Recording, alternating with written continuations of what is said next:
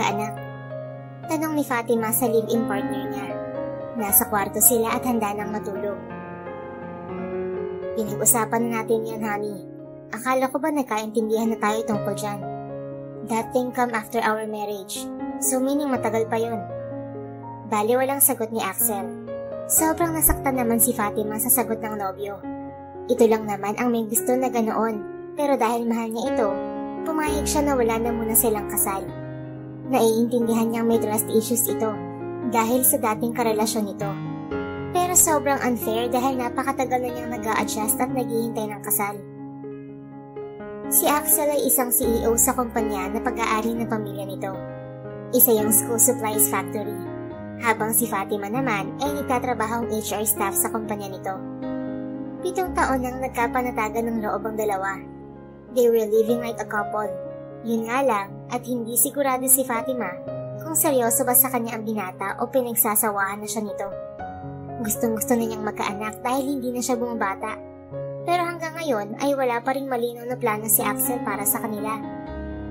Tumayo si Fatima sa kama at tiningnan ng matiim si Axel na hindi natitinag sa higaan. Enough for this relationship, Axel. Ayoko na. Hindi na ako bumabata at gusto ko na ng isang stable at buong pamilya. If you couldn't give it to me, then I'm sorry, but I have to leave you. You will not do that, Fatima. I love you and you love me. Yun naman ang mahalaga, di ba? So stop that drama. I'm not joking.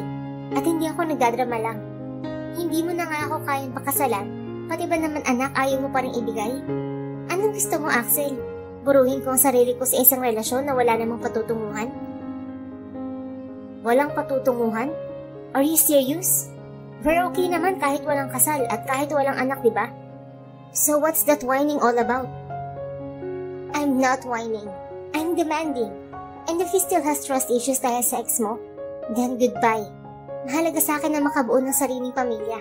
At hindi mo yun kayang ibigay dahil makasarili ka. Bahala ka. Inis na sabi lang ni Axel at nagtalokbong na ng kumot hanggang sa nakatulog na. Hindi nito sineryoso ang babala ni Fatima. Sanay na naman kasi ito na ganoon ang nobya, pero hindi naman sila naghihiwalay. Kinabukasan, nagising si Axel na wala na si Fatima. Naisip niya na baka nauna na ito sa company dahil tanghali na. Ngunit pagdating niya sa opisina ay walang anino ni Fatima ang makikita sa loob ng HR office. Tinanong niya ang general manager doon. Nagulat siya nang sabihin nito na nakalive ang nobya ng 1 linggo. What? Who gave her the approval? Galit na tanong ni Axel sa general manager. The chairman, sir. Mr. Daniel Montecarlo. Si Dad? Yes, sir. Pirmado na rin po ng daddy niyo ang leave niya. Imporma ng general manager. Napasalampak na lang si Axel sa swivel chair sa nalaman. Mukha yatang nagtampo nga talaga si Fatima sa kanya. Pero dahil sa pride, kaya naman hindi niya ito sinuyo kagabi at hinayaan lang na lumabas ng silid. Akala niya magpapahangin lang ito upang mawala ang inis. Pero yun pala ay nindisan na siya. Kinagabihan ay naghintay siya sa pagbabalik ni Fatima, ngunit hindi ito umuwi sa bahay. Hanggang inabot na ng ilang araw na wala ang nobya. Sobra na siyang nag-aalala. Kahit sinusubukan niya itong tawagan, hindi niya ito makontak. Pinuntahan na rin niya ito sa posibleng tuluyan nito, pero hindi niya ito mahagilap. Halos araw-araw na siyang naglalasing at nagbabasag dahil pakiramdam niya ay tinutuhanan na talaga ni Fatima ang sinabi nito na iiwan siya. Hindi niya yun matanggap. Mahal niya ang girlfriend, pero bakit hindi siya nito maintindihan? Tinawagan niya ang best friend ni Fatima na si Gilda. Nagmakaawa siya rito na sabihin na kung nasaan si Fatima. Pero kasi Axel, nangako ako kay Fatima na wag sasabihin sa'yo kung nasan siya ngayon. Wika ni Gilda na nasa kabilang linya.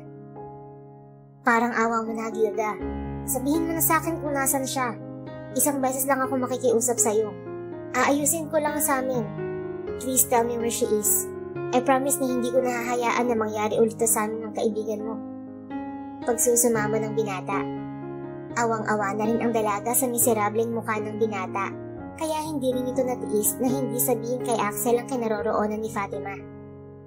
Dahil lasing si Axel, si Gilda pa mismo ang nagmaneho ng kotse ng binata papunta sa apartment ni Fatima. Iniwan na nito roon si Axel habang hinihintay na pagbuksan ni Fatima ng pinto. Nagulat naman si Fatima nang makita ang nobyo sa labas ng apartment. Amoy alak at parang antok na antok. Paano mo nalaman ang bago kong tirahan? Inis na tanong niya kay Axel. Hindi na mahalaga yun. Ang mahalaga, natagpuan kita. Please honey, don't leave me just because I cannot give what you want. Maaari pa naman natin pag-usapan ng maayos to eh. Please go home. Miss na kita. Sagot nito na nakatukod ang ulo sa gilid ng pintuan. Pumipikit-pikit na ang mga mata dahil sa kalasingan. Umalis ka na, Axel. Wala na akong panahon pa para sa'yo. Hindi na ako babalik sa'yo. I told you, ayoko nang sayangin ang oras at buhay ko sa'yo. Walang emosyon na wika ng dalaga. No honey, I won't leave you here. Ang sabi mo, I am your world, hindi ba? Kaya dito lang ako lagi sa tabi mo. Giit nito na pilit niyayakap si Fatima. Napilitan naman siyang papasukin si Axel dahil sa pag-aalala na baka may makakita sa kanila sa ganoong ayos. Ano ba, Axel? Tigilan na natin to. Wala akong panahon para sa mga walang kabuluhang bagay. Pinilit niyang makawala mula sa pagkakayakap nito at mabilis na umupo sa sofa. Ngunit nakabuntot pa rin sa kanya ang nobyo. Tumabi na rin ito sa kanya. Please, Fatima, umuwi ka na. Mamamatay na ako sa sobrang pagkamis sa'yo. No, hindi na ako babalik sa'yo. Okay, edi dito lang ako sa tabi mo. Hindi ako aalis. Pilosopong sagot nito at pilit pa rin niyayakap ang dalagang si Fatima. Bitiwan mo ko, Axel. Tama na. Pagod na akong umintindi. Ayoko na. Hayaan mo na lang ako. Asik niya. Hindi na siya natutuwa sa kakulitan ni Axel. No, hindi mo ako pwedeng iwanan, Fatima. Hindi ako papayag. Giit nito at sinunggaban na ng halik ang nobya. Dala ng kalasingan at pagkamis, sa pilitan nitong hinubaran si Fatima at inangking pilit. Napakalakas ni Axel, kaya kahit anong piglas ni Fatima ay hindi niya mapigilan ang lalaki sa ginagawa. Gusto mo naman lagi to, hindi ba? Mapang-asar pang sabi ni Axel na tila nawawala na sa sariling katinuan. Napapaluhan na lamang si Fatima habang hinahayaan ng nobyo sa ginagawa nitong tila pang bababoy sa kanya. Nawala na ang pagiging gentleman nito. Ngayon lang ito nagkaganito, kaya sobrang sama ng loob niya. Hindi man lang ito pinakikinggan ng pakiusap niya na tigilan na ang ginagawa nito dahil nasasaktan na siya. Sobrang sakit ng pusuhan niya dahil hindi yun binibitiwan ni Axel kahit anong pilit niyang makawala rito. Diretso itong nakatulog matapos siyang sapilitang angkinin. Tahimik lamang siyang lumuluha habang titig na titig siya sa maamong mukha ni Axel. Napapailing siya at hindi pa rin makapaniwala na kayang gawin ni Axel ang bagay na yun sa kanya. Napakamaginoon nito at marespeto. Ngunit kanina ay tila sinaniban ito ng dyablo. Dala lang ba yun ng alak o dala ng takot na hindi na siya babalik dito? Malalim na buntong hininga ang kanyang pinakawalan bago iniwan ang nobyo na mahimbing na natutulog sa sofa. Tinakpan lang niya ng polo ang gitnang bahagi nito. Habang nakahiga sa kanyang kwarto ay hindi rin siya makatulog. Hindi niya maating si Axel na nilalamig sa labas, kaya dinala niya ito ng kumot. Iniwan na niya itong muli at bumalik siya sa pagkakahiga. Mabilis na rin siyang hinila ng antok dahil malalim na ang gabi. Kinaumagahan ay napahilamos si Axel ng kamay sa mukha nang maalala ang kanyang ginawa kay Fatima. Sapilitan niya itong inangkin. Ang laking pagsisisi niya at alam niyang dapat siyang humingi ng tawad dito. What have I done? Nagsisising samgit niya sabay hampas sa kanyang ulo. Mabilis siyang nagbihis at tumakit sa kwarto ng dalaga, ngunit wala na ito roon. Kinabahan siya. Ganitong-ganito ang pakiramdam niya noong iniwan siya ng dalaga nang walang paalam. Sa takot ay taranta siyang nagtungo sa opisina at baka papunta na doon ng nobya dahil mag-aalas 7 na ng umaga. Ngunit wala ito sa kumpanya. Naghintay siya hanggang alas 8 pero wala namang dumating na Fatima. Sinubukan niyang i-dial muli ang telepono nito ngunit hindi pa rin ito makontak. God damn it! Frustrated niyang sigaw. Tumayo siya sa kanyang upuan at nagmamadaling lumabas ng opisina. Babalikan niya si Fatima sa apartment nito. Palabas na siya ng building ng factory nila nang biglang tumawag ang kanyang ama. Nasaan ka na, Axel? We have our flight at exactly 10 o'clock this morning. Baka malate ka. Mahalaga ang meeting na to sa ating kumpanya. Wika ng ama. Naalala niya na may meeting nga pala sila sa Hong Kong ng kanyang ama. Bukod sa factory ng school supplies, ay business din nila ang hotel and condominium. Mas malaki ang kinikita nila sa hotel business. Siya ang nag-aasikaso sa factory nila at ang daddy naman niya sa hotel and condominium business nila. Pero sinisimula na rin siyang itrain ng daddy niya sa pag-handle ng kanilang hotel business. May napipisil na silang papalit sa kanya sa factory kung sakaling mag-retire ang daddy niya at siya ang pumalit sa hotel business nila. They plan to build a new hotel building in Hong Kong at kailangan nilang makausap ang may-ari ng commercial lot na naispatan ng ama doon na magandang lokasyon para sa isang hotel dahil malapit ito sa lahat ng magagandang tourist spots ng bansang Hong Kong. Ang Alpha Hotel ay nagkaroon na ng maraming unit sa iba't ibang bansa.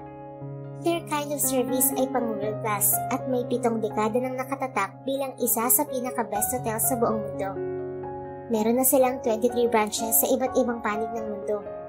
Malaking responsibilidad ang kakaharapin ni Axel kung sakaling sa Alpha Hotel na siya mag-focus. Mabilis na binaharurot ni Axel ang kotse pauwi ng bahay para maligo. Nakahanda na ang kanyang maletang dadalhin noong nakaraang araw pa. I'll fix things when I come back, Fatima. Sambit niya habang papasok ng airport kasama ang kanyang ama patungo sa Hong Kong. Handa na siyang pakasalan ang nobya no matter what happened. Samantala, bagsak ang balikat ni Fatima nang makitang wala na ang kotse ni Axel sa labas ng apartment niya. Patakbo siyang pumasok sa loob ng bahay at sinubukan pang hanapin ng nobyo. Nanlumo siya dahil wala na talaga ito. Nagsisisi na marahil sa ginawang pag-angking sa kanya ng sapilitan kagabi. Naisip niya na baka dala ng hiya kaya umalis na lang ito kaysa mag-sorry sa kanya.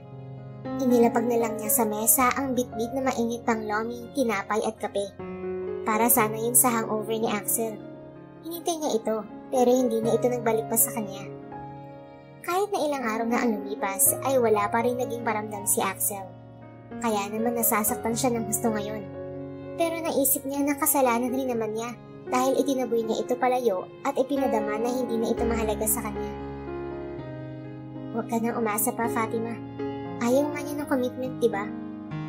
Lumuluha at masama ang loob na wika niya sa kanyang sarili.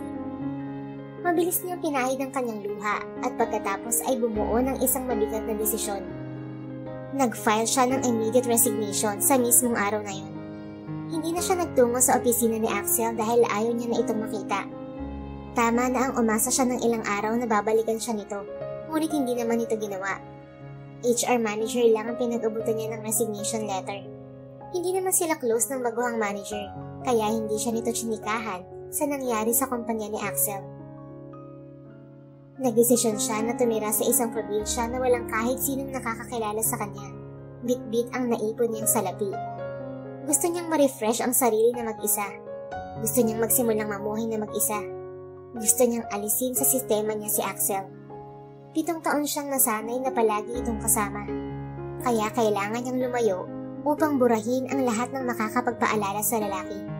At kung ano man ang kapalarang naghihintay sa kanya sa bagong lugar na tatahakin niya, yayakapin niya yon ng buong puso. Sigurado ka na ba talaga sa desisyon mo, anak? Pati kami ayaw mo nang makita. Pwede ka namang mag-move on na kasama kami, anak. Bakit kailangan mo pang lumayo? Tanong ng kanyang ina na may himig ng hinanakit. Dinaanan muna niya ang pamilya sa bahay nila sa Maynila. Matagal na siyang nakabukod sa mga ito mula nang makipag-live-in siya kay Axel. Pasensya na po. Gusto ko lang po talaga mapag-isa sa ngayon. Tatawag naman po ako palagi sa inyo eh. Promise po na hindi ko papabayaan ang sarili ko sa pupuntahan ko. Saan ka ba talaga pupunta? Sabihin mo man lang sana sa amin, anak. Saka ko na po sasabihin sa inyo kapag okay na ako. Sige po ma, aalis na po ako at baka gabihin pa ako sa biyahe. Walang nagawa ang pamilya niya sa kanyang naging desisyon. Kahit ano talagang tigil ng mga ito ay hindi siya nagpapigil. Pagbalik ni Axel galing ng Hong Kong ay sumambulat sa kanya sa mesa ang resignation letter ni Fatima. Biglang umakyat ang kaba at hinanakit sa dibdib niya. No, hindi totoo to. Sambit niya at mabilis na lumabas para puntahan si Fatima sa bagong apartment. Subalit wala na roon ng dalaga. Sinubukan niya itong puntahan sa bahay ng mga magulang. Subalit wala din roon ng nobya at ang kapatid na lalaki lang ni Fatima ang humarap sa kanya dahil galit sa kanya ang ama at ina ni Fatima. Bagsak ang balikat na bumalik siya sa kanyang bahay. Hindi niya alam kung saan hahanapin ang pinakamamahal niya. Bumili pa naman siya ng singsing para alokin ito ng kasal. Pero ngayon, wala na ito. Tuluyan na siyang iniwan. Naging miserable ang buhay ni Axel sa pagkawala ni Fatima. Bakit hindi siya nito hinintay upang makapag-usap sila ng masinsinan? Upang makahingi siya dito ng tawad sa kasalanan niya dito? Masama ang loob niya. May pakiramdam siyang alam ng pamilya ni Fatima kung nasa ng dalaga. Kaya feeling niya ay pinagkakaisahan siya ng mga ito. Gustuhin man niyang gumamit ng pera para mahanap ng nobya, hindi niya yun ginawa. Pride. Pride ang nangibabaw sa kanya. Si Fatima ang umalis, kaya bakit niya ito hahanapin? Kahit durog na durog ang puso niya, tiniis niya itong hindi hanapin sa mahabang panahon. Makalipas ang 6 na taon, tanggap ni Fatima ang kanyang naging kapalaran. Isa siyang single mom sa isang batang lalaki na ngayon ay 5 taong gulang na. Napakatalino nito at matanong. Sanay ang bata sa payak na pamumuhay. Nanirahan sila sa isang probinsya na malayo sa kabihasnan. Hindi magastos kaya sumapat ang naipon niya noon.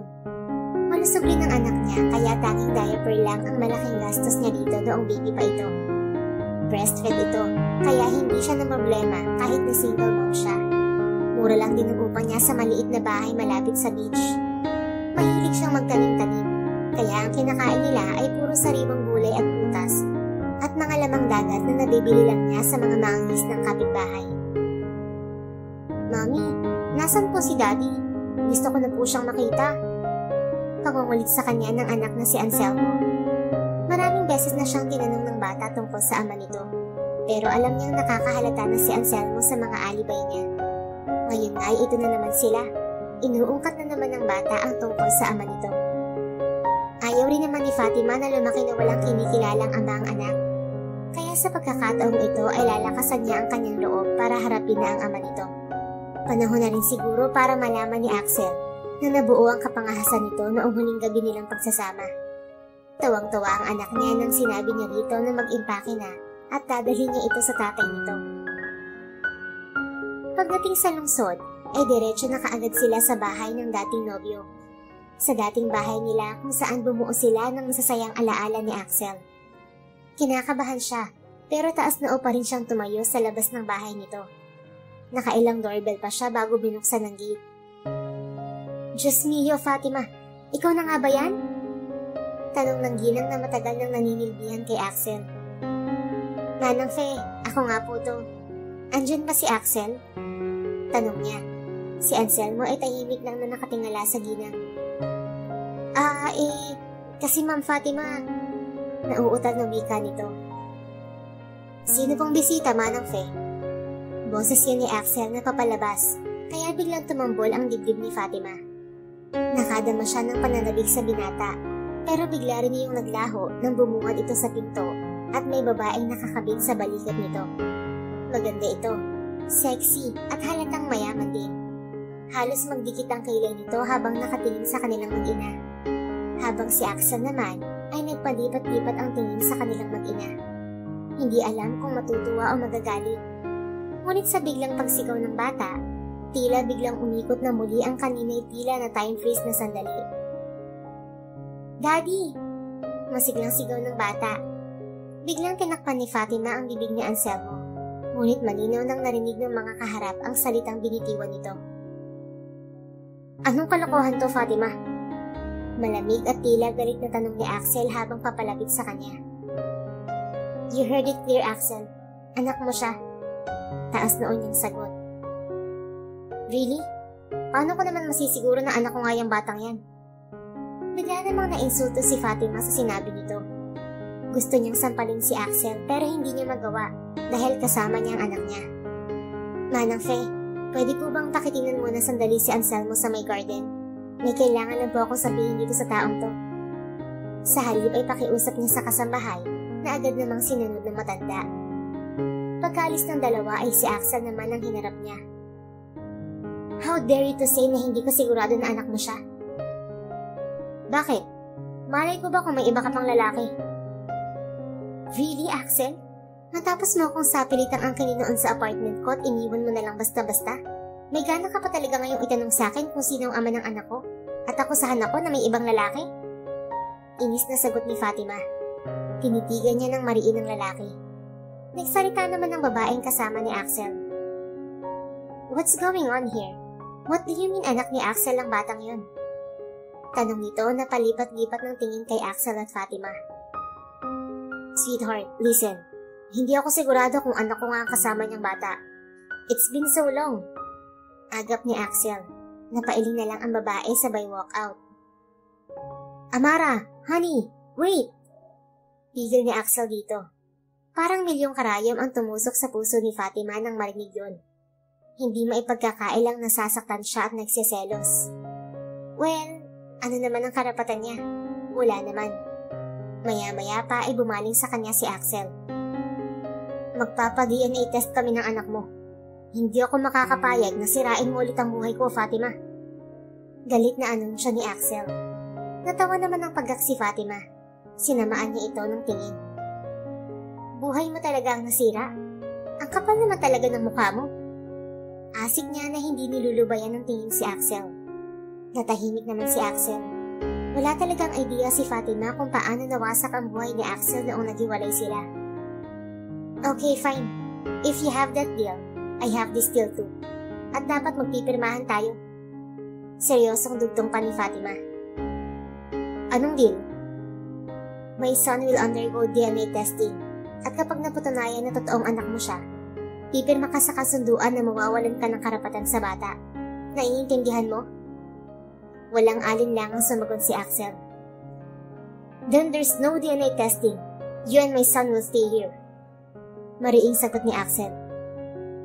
Gago ka ba? Kasama ang asawa mo? How could you? Lalong nagpupuyong sa inis na tanong ni Fatima. Me and my fiancé Amara will live at our house for the meantime. Dito kayo ng anak ko sa bahay ko. At huwag mong tatangkain na ilayo muli siya sa akin. Dahil pagsisisihan mo ang gagawin ko sa'yo. Napaisip si Fatima.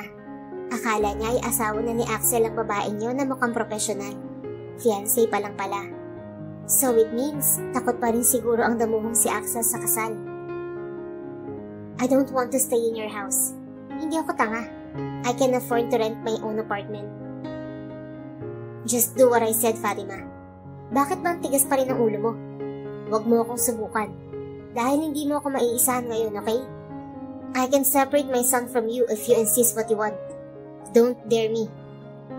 Pighati sa puso ni Fatima ang sinabi nito at gusto nitong mangyari. Parang gusto yata siyang parusahan ni Axel.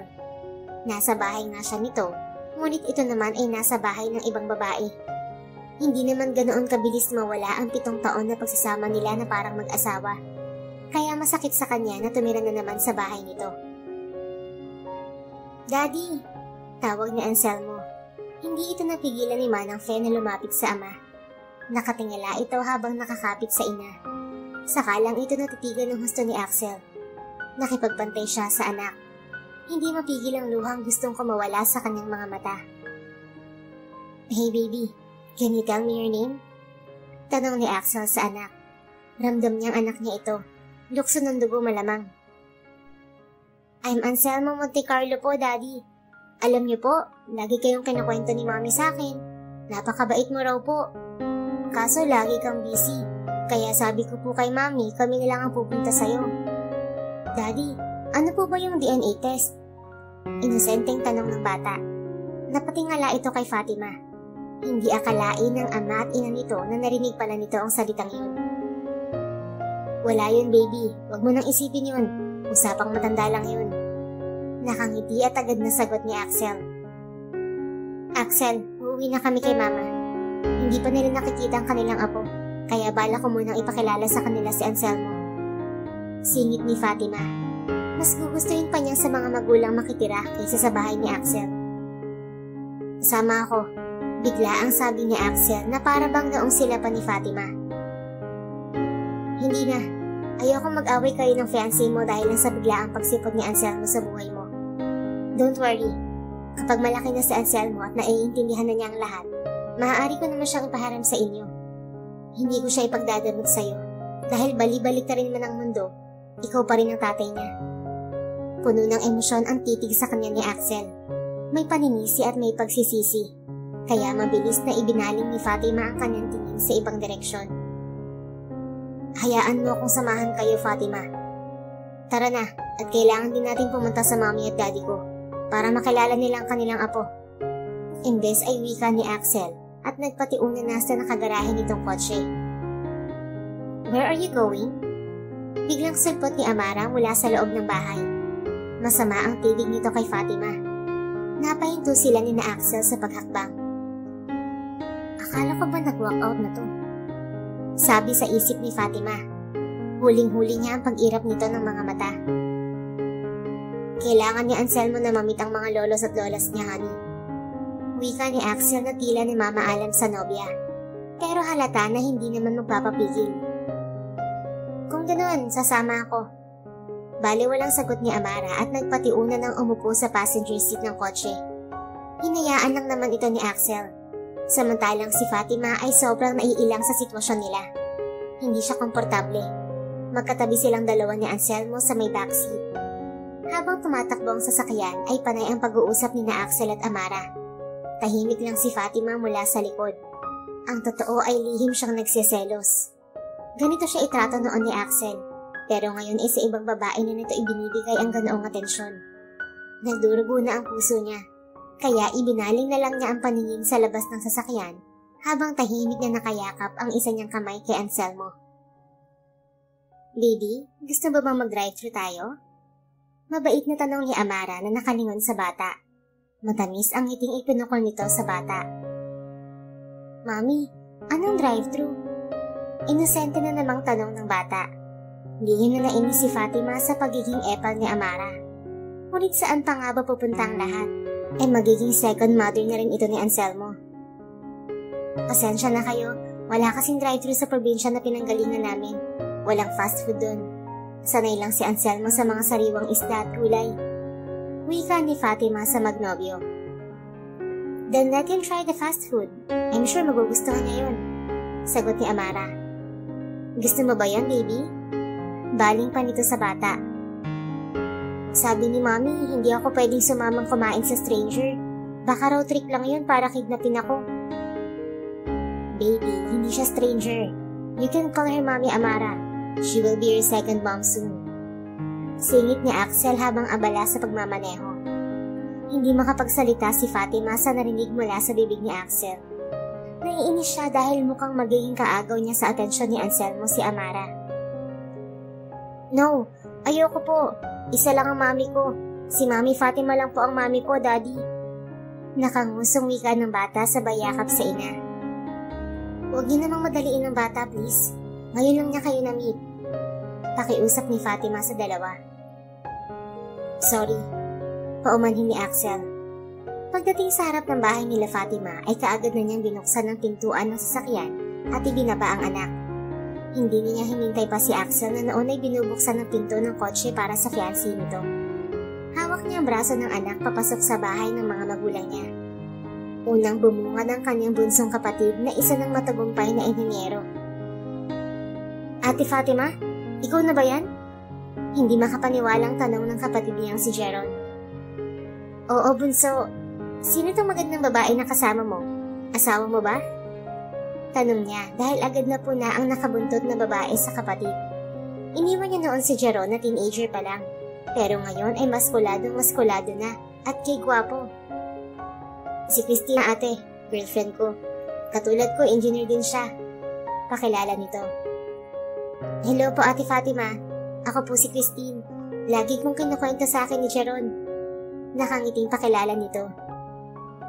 Ate, pamangkin ko na ba to? Tanong ni Jeron sabay luhod sa harap ni Anselmo, saka kinaga ang bata na hindi naman umaangan. Oo bunso, siya si Anselmo. Si Kuya Axel ang ama? Napilitan siyang tumango sa kapatid. Tila nahihiya pa na umamin dahil kasama nito ay ibang babae. Masama naman ang titig ni Jeron kay Axel. Naiintindihan ang nangyayari dahil sa nakapulupot na babae sa braso ni Axel. Ate, Bakit kailangan mo pa ng ama sa bata? Ayos lang na walang kilalaning ama si Anselmo. Nandito naman kaming pamilya mo ah. Sabi ni Jeron. Sinadya nito iyong sabihin sa harap ni Axel. Jeron, hayaan mo na ako sa mga desisyon ko sa buhay. Para naman to sa pamangkin mo eh. Teka, nasan ba sila mama at papa? Gusto na silang makita ni Anselmo. Naku ate, hindi mo ba alam na sa probinsya ng mga yun namamalagi simula nang iniwan mo? Masama nga ang loob sa'yo ni papa eh. Kay mama ka lang kasi nagpaalam, tapos hindi ko pa makontak. Wala ka ring Facebook. Ano ka? Wanted na nagtatago?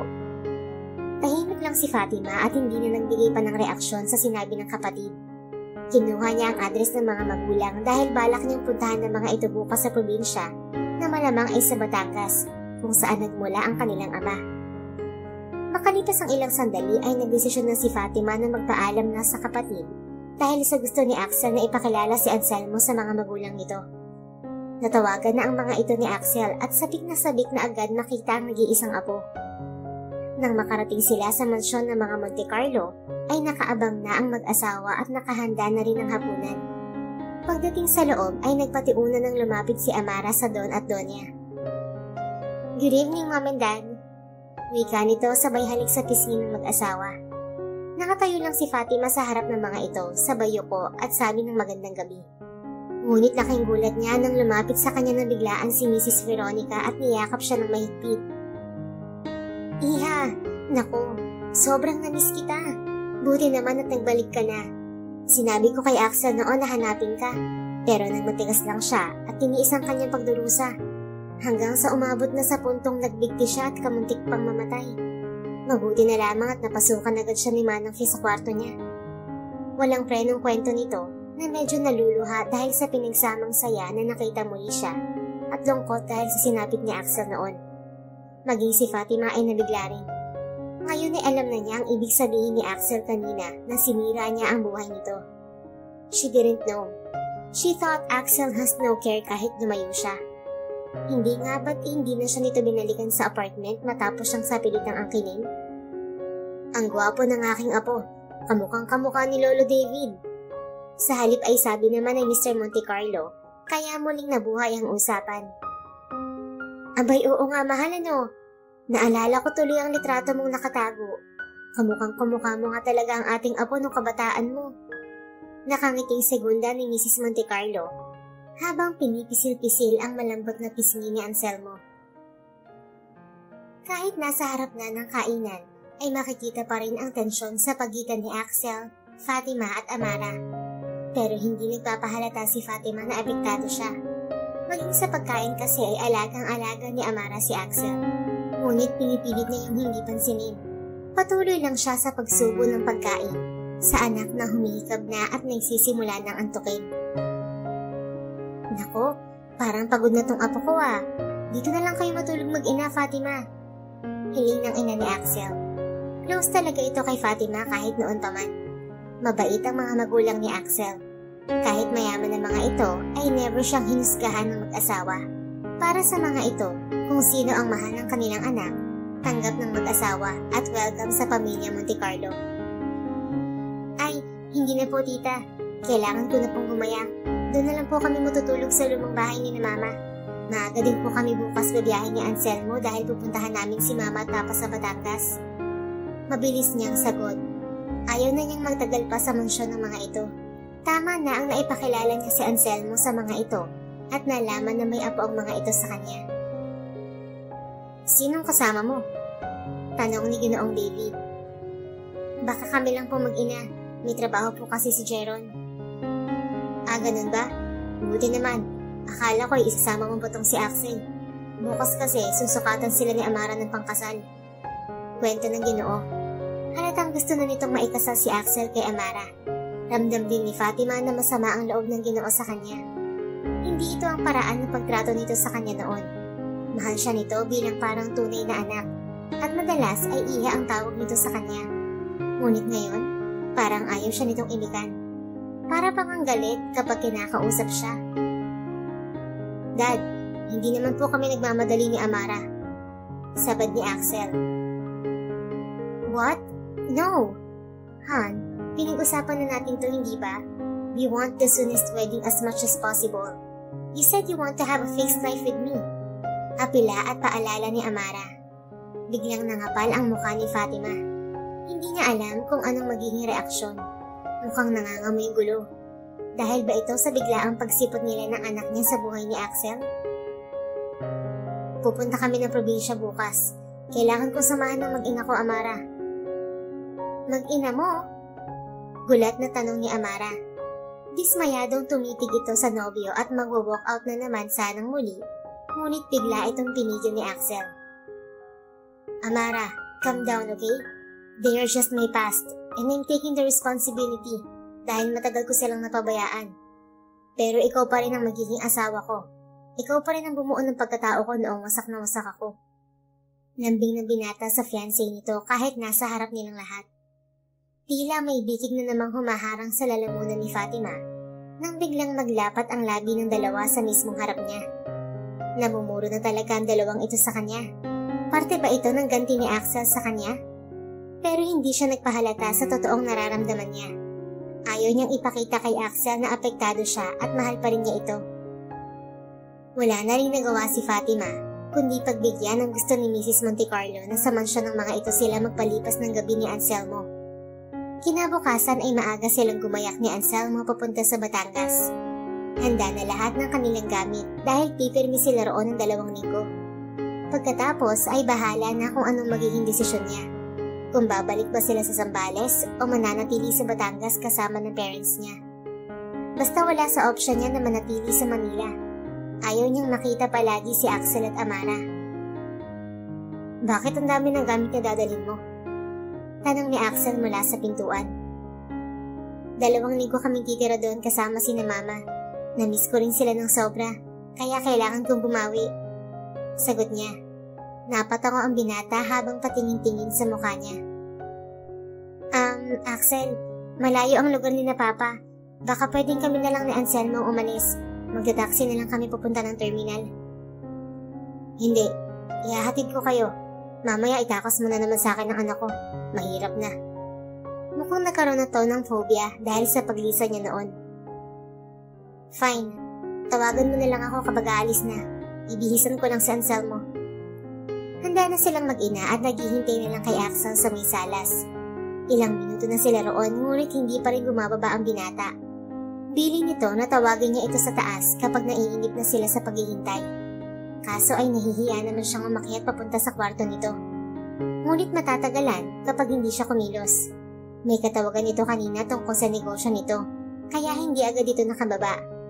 Sa inip ay umakyat na si Fatima para tawagin ng lalaki. Nakaawang lang ang pintuan ng silid nito at makikita yon mula sa ibaba. Kaso ay nahihiya rin siyang sumigaw para tawagin si Axel. Pagsilip niya sa nakaawang na pinto ay bumungad sa kanya ang naglalambungan na magkasintahan. Medyo mahalay yon. Napaatras siya at napalunok. Bigla tuloy niyang naalala kung gaano siya lambingin ni Axel noon at kung gaano sila ka-intimate palagi. Ilang taon na rin ang lumipas, subalit pakiramdam niya ay sobrang sariwa pa. Aminado siyang katawan pa rin ni Axel ang hanap-hanap niya. Pero ngayon ay wala na siyang magagawa pa. Magsisi man siya at gustuhin man niyang bawiin ng lalaki. Alam niyang hindi na pwede dahil may mahal na itong iba at ikakasal na rin. Minsan naisip niya, si Axel kaya, may regrets din kaya sa paghihiwalay nila? Dahil siya, meron. Noong pinagbubuntis niya si Anselmo, doon lalong sumidhi ang panghihinayang niya sa relasyon nila ni Axel. Pero dahil sa pride at sama ng loob, minabuti niyang kayanin mag-isa na palakihin si Anselmo. Sinabi niya sa sarili noon na magsisisi si Axel na hindi siya pinakasalan at hindi siya binalikan. Pero sa nakikita niya kay Axel ngayon, parang baliwala na naman siya rito. Si Anselmo lang ang dahilan kaya siya nito pinakikitunguhan ng maayos. Mabilis siyang bumaba at binalikan ng anak sa salas. Humahango siya na tila ba galing sa pag-ehersisyo dahil sa lapot ng mga pawis na lumalabas sa kanya. Kahit sobrang lamig ng aircon ay pakiramdam niya ay sobrang init pa rin. Kinalma niya ang sarili at pinunasan ng mga pawis. Hindi siya pwedeng makita ng anak sa itsura niya. Bakit ba naman kasi naglalampunga tapos hindi magawang isara ng 2 yun ng pintuan? Nananadya ata talaga sila. Asik niya sa isip habang papalapit sa anak. Hay, nagsiselos ka lang, Fatima. Pero ano naman ang panama ko sa babaeng yun na isa palang doktor? Nakangusong sambit pa niya. Ayon ng impormasyong yun sa medyo machika niyang naudlot na miyan ng babae. Ano po yun, Mami? Tanong ng bata dahil akala nito ay ito ang kausap niya. Wala anak, wala yun. Mabilis niyang sagot. Ilang sandali pa ay maririnig na ang mabibigat na mga yabag mula sa hagdan, hanggang sa makarating ang mga yon sa harapan nilang mag-ina. Shall we go? Wika nito na nakangiti pa. Mukhang sinadyang magpapawis muna sa nobya bago bumaba ng kwarto. Agad namang inalis ni Fatima sa isip ang nasaksihan kanina. Tayo na ba? Formal na tanong niya. Ngunit namilog ang kanyang mga mata nang makita ang hawak na maleta ng lalaki. Teka, bakit may bitbit kang maleta? Di ba ang usapan ihahatid mo lang kami? Dugtong pa niyang may pagtataka. I'll stay with you, hindi ba obvious? Kasual na sagot nito. Nasa likod lang nito si Amara. With her? Tanong niyang tinapunan ng tingin si Amara. No, mabilis na sagot ni Amara. But be careful, Fatima. Kung may balak kang ahasin sa akin ng fiancé ko, wag mo nang ituloy. Iba akong uri ng ahas, makamandag. Babala nito na may masamang tingin kay Fatima. Sweetheart, saway ni Axel dito. Why? I'm just reminding her. Ikaw din, Axel. Please be reminded na you're mine now, and soon to marry me. So better behave. Pinayagan kitang sumama sa kanila for your son, and for your sanity and responsibility for him. Not for her. Huwag mo sana akong bibigyan ng rason para magalit. Humalik lang naman si Axel sa pisngi nito upang ipahiwatig na susundin nito ang bili ni Amara. Tinapunan na naman ng doktorang palaban si Fatima. Tingin na may babala. Nanatili lang namang tahimik si Fatima. Simula naman noon ay hindi na siya mahilig sa bangayan. Putting things under the rags was her always things to do. Not until nasasabog na siya dahil punong-puno na. She knows her boundary. She knows her place. Kaya wala sa isip niya na agawin si Axel dito, kahit pamahal pa rin niya ito. Her intention is purely for her son's sake. Habang nasa biyahe ay tahimik lang ang dalaga. Aliw na aliw ang anak niya sa tanawin palabas ng syudad. Mahilig talaga ito mag-viewing hanggang sa makaramdam ito ng pagod at antok. Pagdating sa Batangas ay hindi sila nahirapang mahanap ang bahay ng mga magulang ni Fatima dahil nasa tabing kalsada lang ito, bagamat medyo bukid at malalayo ang kapitbahay. Napakaganda sa lugar, lunti-ang-luntian ng paligid. Ang pagkakaalala niya ay pamana sa papa niya ang bukid na kinatatayuan ng bahay ng parents niya. Halos hindi pa sila makilala ng parents niya dahil sa tagal ring panahon na hindi sila nagpakita sa mga ito. Kung hindi pa siya nagpakilala ay hindi matitinag ang mga ito sa pagkilatis sa kanya. Ibang-iba na rin naman kasi siya ngayon. Mas maganda siya ngayon, sabi ng ina ni Axel. Single mom siya, pero hindi niya pinabayaan ang sarili niya. May mga lumiligaw sa kanya sa Zambales na mga may-ari ng mga resort doon at may mga mangingisda rin. Ngunit ni isa ay wala naman siyang napusuan. Maybe her heart was already locked for Axel. Nako, may apo na pala ako. Ang laki-laki na. Naiiyak na wika ng ina ni Fatima na si Ginang Carol. Mabuti't nagkabalikan pa rin kayo. Nako, sobrang nanghihinayang ako sa biglaang paghihiwalay niyo noon. Sana magpakasal na kayo dahil malaki na tong anak niyo. Tugtong pa ng Ginang, kaya mabilis na sumagot si Fatima. Ma, hindi na tapos ni Fatima ang sinasabi dahil sinalayo ni Axel. Hindi pa po handa si Fatima sa pagpapakasal sa ngayon, tita. Pero soon magpapakasal din po kami. Sabad ni Axel. Namilog ang mga mata ni Fatima sa sinabi nito. Bakit nito pinapaasa ang kanyang mga magulang? Alam naman nitong ikakasal na ito sa iba. Ayos lang yan mga anak. Ang mahalaga, magkasama kayong inaalagaan at pinapalaki ang inyong anak. Ang gwapo pa naman ng apo kong to. Wika naman ng ama ni Fatima. Napakamot ng ulo ang dalaga. Mas lalo yatang gumulo ang kanyang mundo ngayon. Parang gusto niyang magsisi na nagpakita pa siya kay Axel. Kinagabihan, napakagat ng daliri si Fatima habang iniisip ang kanilang matutulugan. Dalawa lang ang kwarto ng parents niya. Kaya saan naman niya patutulugin si Axel?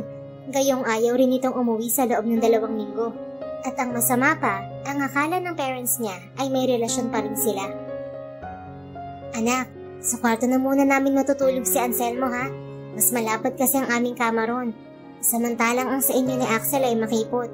Kakasya naman kayong 2 ron, pero hindi yata kayo makakagalaw ng maayos. Kung alam lang namin na magbabakasyon kayo rito, pina-extend sana namin ang kwarto nyo at pinapalitan ng kama. Bihira naman kasing pumarito ang kapatid mo at si Christine, kaya hindi na namin pinaayos ng papa mo. Wika ni Ginang Carol. Sabi na nga ba ni Fatima at sasablay talagang ginawang pagsisinungaling ni Axel. Matapos maghapunan ay lumabas muna saglit si Axel para magsigarilyo. Halata rin sa mukha nito ang tila pagkabalisa. Nauna nang humiga si Fatima sa kwarto dahil pagod na pagod siya sa halos buong araw nilang biyahe. May kalahating oras yata siyang nakaidlip nang biglang may kumatok sa pintuan.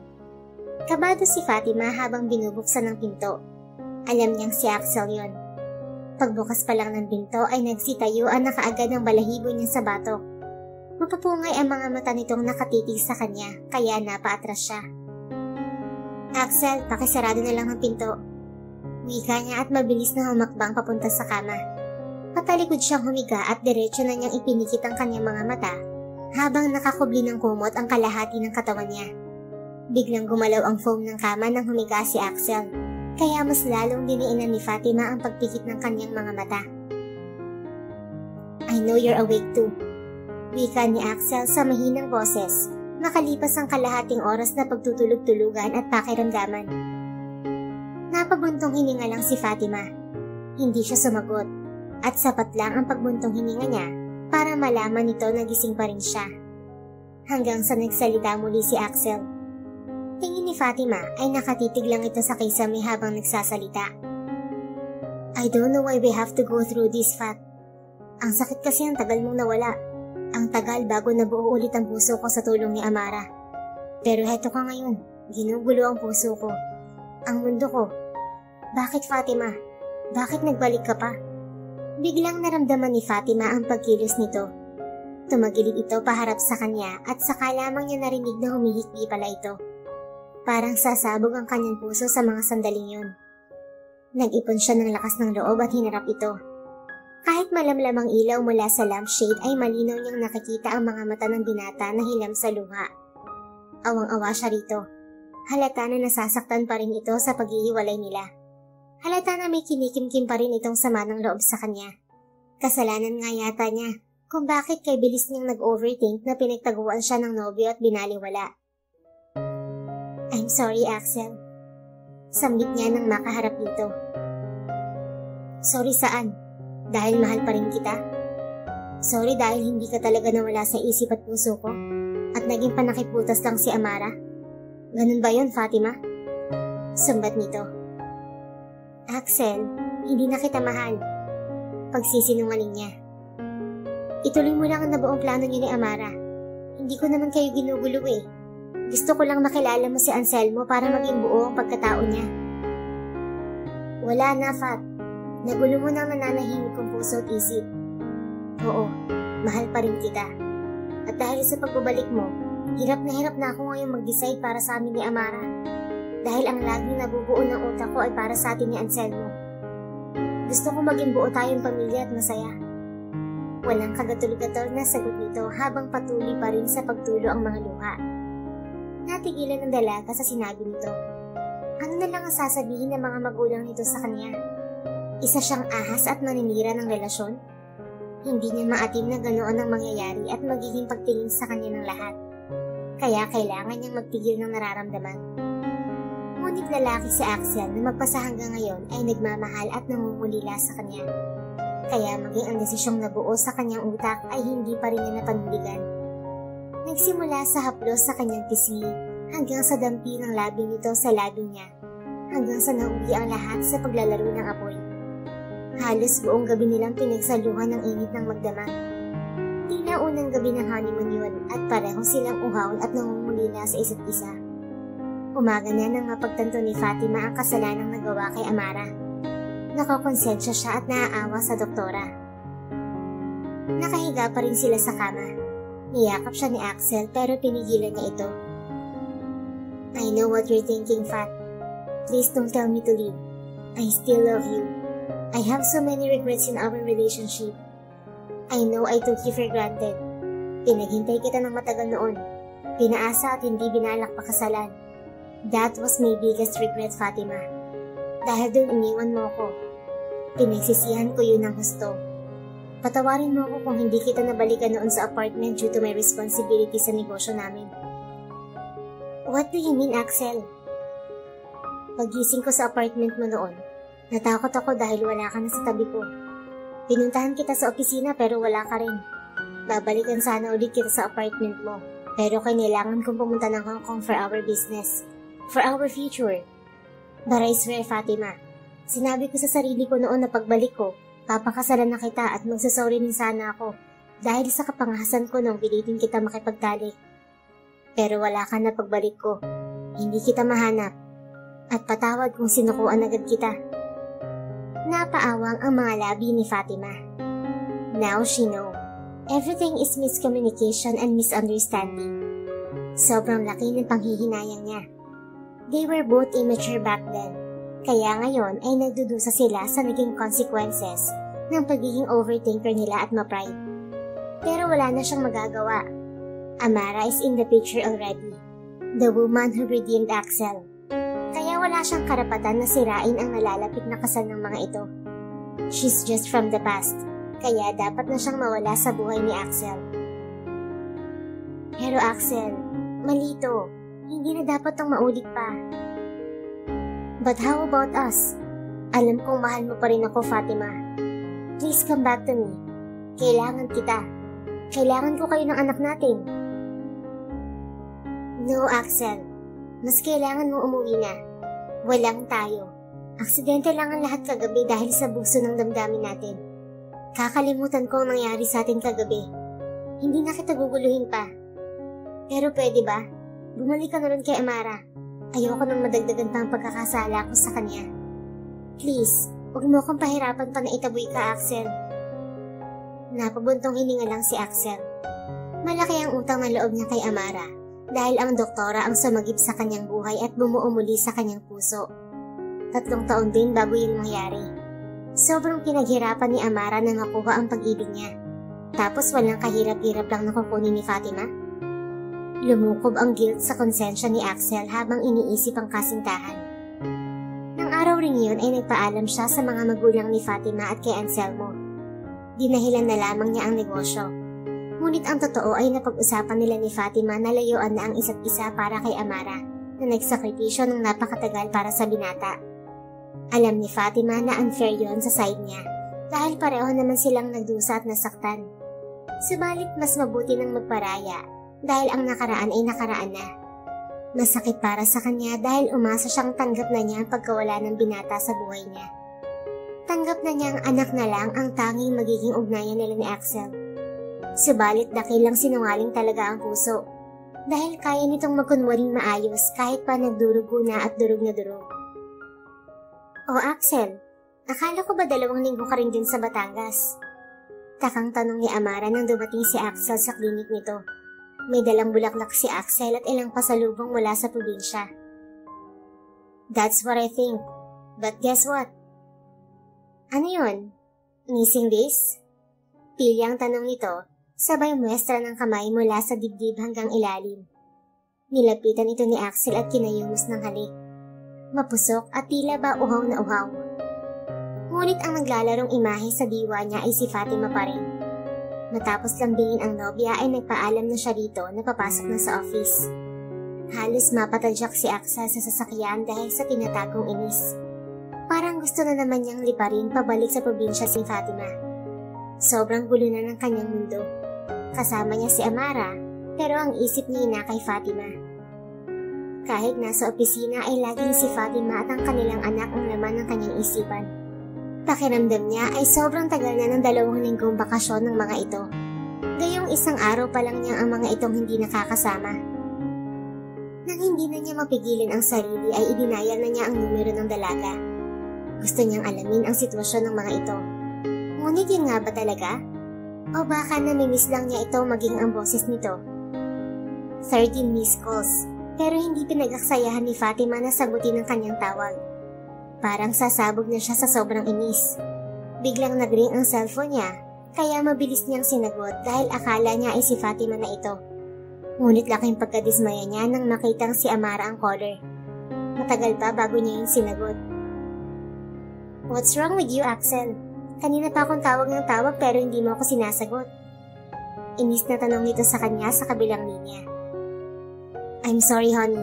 I'm just busy." Palusot niya nang mahalatang pikon na ang fiancé. "Fine. Pick me up. Nagugutom na ako. Kain tayo sa labas." Utos nito at pinatay na ang telepono. Yun lang ang pinakaayaw niya minsan sa ugali ng fiancé niya. Masyadong bossy. Hindi pa nga siya nakakasagot, pinatay na ang tawag. Mas lalo tuloy siyang naiinis. Naikumpara tuloy niya dito si Fatima. Fatima has always been a sweetheart to him. Never a nagging boss. Never naging nagger. She's a wife material that every man will dream of. Nagtataka nga siya kung bakit hanggang ngayon ay single pa rin ito. Sa kabilang banda, masaya siya na nakafocus lang ito sa anak nila. Wala siyang magiging kaagaw sa atensyon ng anak nila. Habang kumakain sila sa isang restaurant ay nahahalata ni Amara na wala sa mood si Axel. "Axel, masama bang pakiramdam mo?" "No, I'm fine." Tinitigan ni Amara ang mukha ng binata. Parang napaka-miserable ng itsura ni Axel. Napabuntong hininga ito habang pasulyap-sulyap sa nobyo na tila kay lalim ng iniisip. Pero hindi na lang nito tinanong dahil baka mag-away lang sila. Nang dumating na ang araw ng pagsundo ni Axel sa mag-ina ay maaga siyang gumayak. Sabik na siyang makita ang mga ito. Magdamag hindi nakauwi ng bahay si Amara dahil may emergency ito sa ospital. Kaya hindi siya nagpaalam dito. Ayaw rin naman kasi magpa-istorbo ng nobya kapag may emergency ito sa ospital. Isang surgeon si Amara, kaya madalas ay may pasyente itong inooperahan at ayaw nitong nadidistract. Tuwang-tuwa si Anselmo nang makita ang ama na paparating, habang si Fatima ay halos mabingi na sa kabog ng dibdib na hindi niya maipaliwanag. Para siyang bumabalik sa pagiging teenager na nakasalubong ang isang crush. "Daddy!" Sigaw ng bata mula sa bintana habang nag-aabang sa ama na makababa ng sasakyan. Tumakbo ito palabas ng bahay. "Kamusta ang bakasyon, anak?" Masayang tanong ni Axel nang makalapit ang bata. "Ang ganda po dito, Daddy. Mas maganda sa Zambales. We always do walking on the seashore every morning. Yun pong malapit na dagat dito. Pwede po kasing nakarin papunta ron. Yun pong exercise namin ni Mommy." Kwento ng bata. "Wow, how I wish I can do that with you guys." "Oo nga po, kaya lang po sabi ni Mommy busy daw kayo lagi. Kailan ka po kaya matatapos sa pagiging busy mo, Daddy?" Sagot ng bata. "Soon, anak." Tiningala ni Axel ang mukha ni Fatima na kinasasabikan niyang makita. Hindi niya napigil ang sarili at napatayo siya sa kahinalikan ng babae. Sa pisngi lang sana yon, ngunit biglang lumingon si Fatima, kaya biglang naglapat ang kanilang labi. "Wow, ang sweet ni Mommy at Daddy!" Masayang sigaw ng bata. Itutulak na sana ni Fatima si Axel, ngunit bigla nitong hinawakan ng kanyang ulo at diniinan pa ang paghalik. Kay rupok talaga niya pagdating sa lalaking to. Unti-unti rin siyang natatangi nito, at kung kailang gustong-gusto na niya ang ginagawa nito ay saka pa ito bumitiw. Ngiting aso kaya gustong-gusto niya itong batukan kung hindi lang naroon si Anselmo. "You miss me, honey?"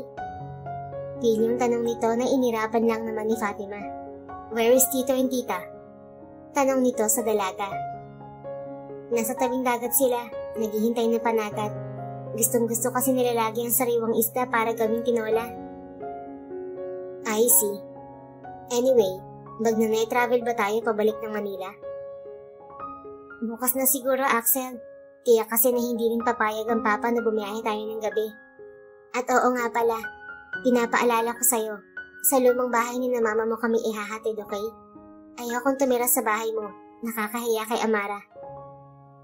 "Yes, Commander." Ngumiti nang nakakaloka si Axel sa kanya. Alam na alam niya kung ano ang ibig sabihin ng ngiting yun, kaya maagap niyang sinaway ang lalaki. Habang nagkukulitan ng mag-ama ay biglang nag-ring ang telepono ni Axel. Si Amara ang tumawag. Sinagot niya yon sa harap ng kanyang mag-ina. "Where the hell are you?" Tanong nito na tila galit. "Narito sa Batangas. Alam mo naman na susunduin ko mag-ina ko ngayon, di ba?" "The hell, Axel? Hindi mo man lang ba ako magawang tawagan? Hindi ka nagpaalam sa akin." "How could I? Ang sabi mo sa text, di ba may emergency ka? Kaya hinintay ko na ikaw ang unang tumawag sa akin." "Nag-iwan ka man lang sana ng mensahe, Axel." Reklamo ng dalaga. "Amara, maliit na bagay lang to. Pwede natin pag-usapan pagdating namin dyan sa bahay." "Maliit, Axel? How dare you?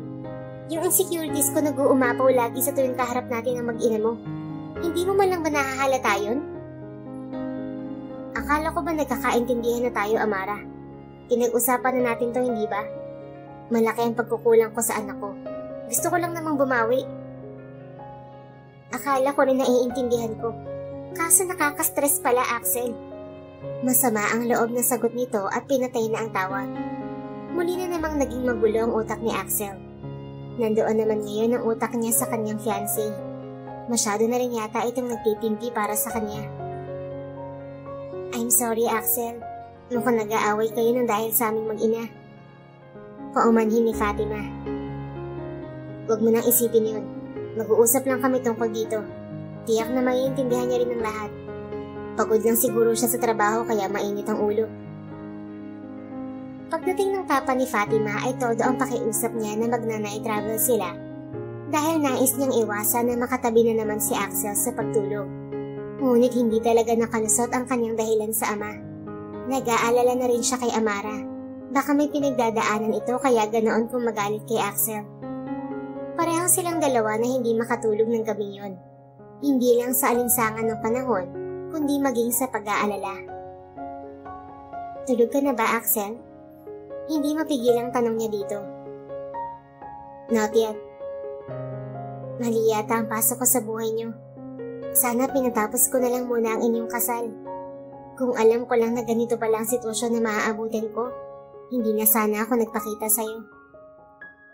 "Huwag kang mag-isip masyado. Everything happens for a reason. Let destiny put us to a better place where we can all be happy. Huwag mo nang isipin si Amara. I can tame her when we go back to Manila." Kinabukasan, maaga pa lang ay bumangon na sila at nagsimulang bumiyahe pabalik sa Manila. Isinama na muna ni Axel ang mag-ina nito sa bahay nila ni Amara. Tumawag kasi kay Fatima ang kapatid na si Jeron na nasa out of town itong project. Wala namang sariling susi ng lumang bahay nila si Fatima, kaya napilitan siya sa alok ni Axel na pansamantala munang manatili sa bahay nito habang hinihintay ang pagbabalik ni Jeron. "Manang Fe, hindi pumasok ang Ma'am Amara mo?" Takang tanong ni Axel sa kanilang katulong. Nakita kasi niya ang kotse nito sa garahe. "Naku, hindi po sir. Buong hapon yatang nagwawala tapos walang kain." Kwento ng matanda. Patakbong umakyat si Axel nang marinig na may nabasag sa taas. Pagdating niya sa loob ng kwarto ay puro bubog ng basag na bote at kristal doon. Nakalugmok si Amara sa sahig at lasing na lasing sa gilid ng kama. "My God, Amara! Nasaan na pinag-aralan mo? Akala ko ba matalino ka? Why are you doing this?" Inis na wika ni Axel habang binubuhat ito at pinahiga sa kama. "Naging bobo na ako tanga dahil sa'yo, Axel. Alam mo bang napatay ko ang pasyente ko while undergoing surgeon? Alam mo kung bakit? Dahil wala ako sa focus. Kasi sa leching insecurities na katuon ng utak ko. Iniisip ko na baka isang araw, bigla ka na lang mawala sa akin dahil mas pinili mo si Fatima at ang anak niyo. Ang tanga ko, di ba? Ang tanga-tanga ko. I killed my patient because of my stupid insecurity." Sigaw nitong tila wala na sa sarili. Umiiyak na rin ito at napapahampas sa dibdib ni Axel. "Come on, sweetheart. Let's just talk when you're not drunk. Huwag mo sanang sisihin ang sarili mo sa nangyari sa pasyente mo. Oras na niya talaga kaya siya nawala." Alo niya dito sa bayakap. Pumikit na rin ito at halatang pagod na. Tinawag ni Axel si Manang Fe para linisin ang lahat ng kalat sa silid. Pumunta siya sa veranda upang magpahangin na muna. Kasalanan niya kaya nagkakaganito si Amara ngayon. Nadatnan niya roon si Fatima. Si Anselmo, tanong ni Axel. Nasa guest room, nagtitake a nap na. Hindi umimik si Axel. Axel, mag-hotel na lang kami ni Anselmo. Baka lalo kayong mag-away ni Amara pagising niya. No, just stay here while you're waiting for Jeron. Lumapit si Axel sa kanya. Niyakap siya nito ng sobrang higpit. Bala kung bumalik na kami sa Zambales. Yan ang hindi mo pwedeng gawin, Fatima. Mababaliw na ako kapag muli ka na namang mawala sa buhay ko. Hindi lang tutungkol kay Anselmo. Napabitiw ng yakap dito si Fatima. Nababaliw ka na ba, Axel? Dalawa kaming ibabahay mo ni Amara? Sa tingin mo ba papayag ako maging kabit mo? Inis na tanong niya. Napahilamos ng mukha si Axel. Hindi ko alam, Fatima. Gulong-gulo na ako. Mahal kita. Mahal ko rin si Amara. I can't let you go again. Sagot nito sabay sa bunot ng ulo. Napapailing na lamang si Fatima. Kinabukasan, maagang nagising si Fatima. At ang hindi niya alam ay mas maagang nagising si Amara na noon ay umiinom na ng tsaa habang nakaupo sa sofa. At tubili siyang lumapit dito, ngunit kailangan niya maging kaswal sa harap nito. Good morning, Miss Fatima Raimundo. So ano, nagamot ba ni Axel yung katimong ilang taon ding di nakalkal? Bungad nitong may bahid ng pang-iinsulto. Matalim ang tingin nito kay Fatima. Ang bastos mo naman, Amara. Akala ko ba professional ka? So exempted ang mga walang pinag-aralan kapag naging scandalous. Tell me, Fatima, ilang round? Tanong ulit nitong nanunuya. Wala akong alam sa sinasabi mo. Tila yata hindi ka pa hula sa mga nainom mong alak kahapon. Come on, Fatima. Don't make me stupid. Don't you remember? I'm a doctor, kaya lahat alam ko. Maliban lang sa kung ilang round ang naibigay sa'yo ng fiancé ko. Pero feeling ko unlimited, kasi pigang-piga eh. Walang natira sa'kin. Alam mo yun? Hindi na nga niya akong malambing simula nang sumama siya sa'yo sa probinsya. Inubos mo ata ang lakas niya eh. Pinamulahan ng mukha si Fatima sa sinabi nito. Parang gusto na niyang magpalamon sa lupa ng mga sandaling yun. Sakto namang pababa ng hagdan si Axel, kaya parehong doon na pabaling ang kanilang paningin. Good morning, honey. Are you alright now? Baliwalang tanong ni Axel kay Amara. Hindi man lang ito tinapunan ng tingin si Fatima. Lihim namang nasaktan si Fatima sa inasta ni Axel. Hindi niya maintindihan ang pinapakita nito minsan. Kapag sila lang dalawa, mahalaga siya sa binata. Mahal siya nito at ramdam niya yun. Subalit kapag magkasama silang tatlo, tila wala itong pakialam sa kanya. I'm feeling a lot better now. By the way, mamaya na tayong papasukat ng wedding dress at ng barong mo. Just make sure you can come with me, okay? Oo naman, pupunta tayo. May pupuntahan lang akong client meeting. Mabilis lang yon. By the way, dito ko muna sila pinatuloy. Sa makalawa pa sila aalis. I hope okay lang sa'yo. Oo naman, mas madali ko kayong mababantayan. Total, nakalive naman ako sa ospital. May ibig sabihin ang patutsyada ni Amara, kaya para makaiwas ay naisipan na ni Fatima na magpaalam para i-check ang anak sa guest room. Saktong pagpasok niya ng kwarto nang mag-ring ang kanyang cellphone. Ang mami ito ni Axel. Kaagad niya itong sinagot upang malaman ang pakay nito. Good morning po, Tita Geneva. Bungad niya. Iha, good morning. Nasa bahay na ba kayo ni Axel? Yes po, tita. Pansamantala lang po. Good. Darating kasi mamaya ang mga kapatid ni Axel. Sabik din silang makita ang pamangkin nila. Baka pwedeng dumito muna kayo sa bahay kahit ilang araw lang. Pakiusap ng ginang. Mabilis naman siyang pumayag. Kaysa malunod sa sakit ang puso niya tuwing makikita si Axel at Amara. May katangahan din naman kasi siya. Kung bakit pa kasi pumayag siyang kina Axel muna magstay. Pero kasi nagpumilit din ang anak niya na sa amang muna tumuloy.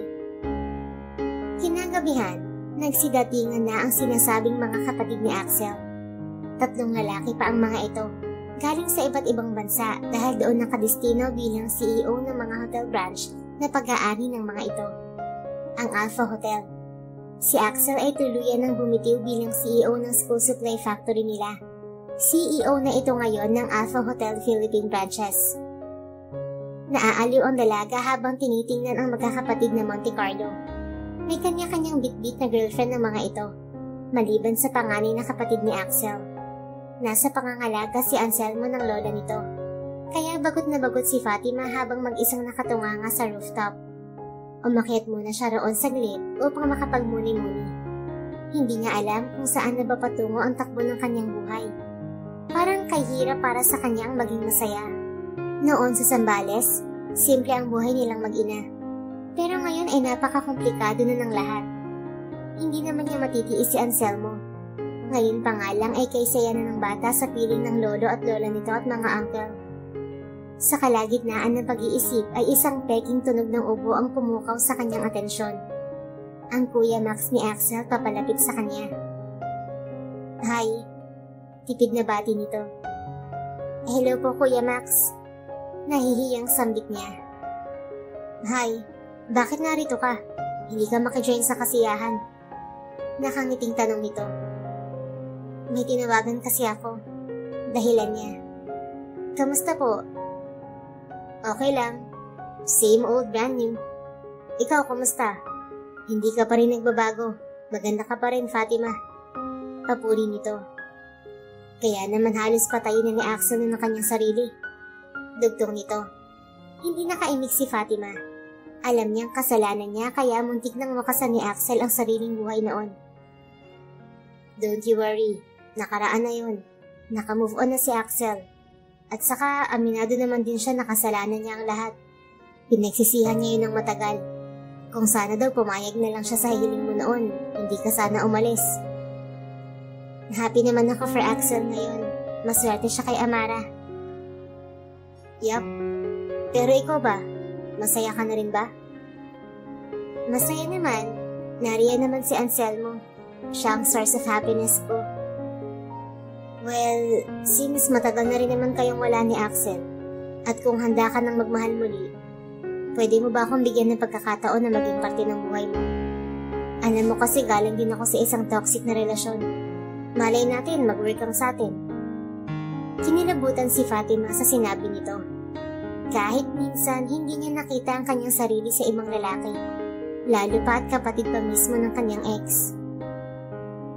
Pasensya na, Kuya Max. Pero hanggang kapatid lang ang kaya kong maibigay sa'yo.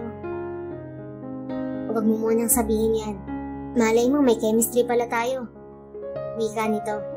Natahimik lang si Fatima. Ayaw na niyang magkomento pa. Alam mo, Fat, may mga pangyayari sa buhay natin na magsisilbi na lang aral sa huli. Pero ang mahalaga naman ay ang pagkakaintindihan yung dalawa para sa ikabubuti ng bata. Sa amin ng ex ko, happily married na siya ngayon. May anak na siya sa bago niyang asawa. Yung anak namin 12 years old na. Nakakaintindi na sa lahat ng mga bagay. Nung una parang mababaliw rin ako. Kaya ang tagal kong nakamove on. Pero ngayon naman, handa na akong buksan ulit ang puso ko. Bata pa naman ako, kaya may karapatan pa akong magmahal at mahalin. Litanya nito. Sana nga kagaya mo rin ako. Kasi ngayon ko nararamdaman ng sobra na hindi pa pala limot ng puso ko ang nakaraan namin ni Axel. Sariwa pa rin at nais ko pang balikan yun. Pero wala na akong karapatan pa na balikan ng tapos na. Habang papalapit ng kasal nila, mas lalo akong nasasaktan. Naisip ko nga, baka parusa to sa akin dahil iniwan ko noon si Axel. Ikakasal na si Axel, Fatima. Kailangan mong tanggapin yun. Huwag ka mag-alala. Nandito lang ako. Kung kailangan mo ng kausap, kung kailangan mo ng kayakap, bukas ang dalawang kamay ko. Wika nito habang nilalapitan si Fatima.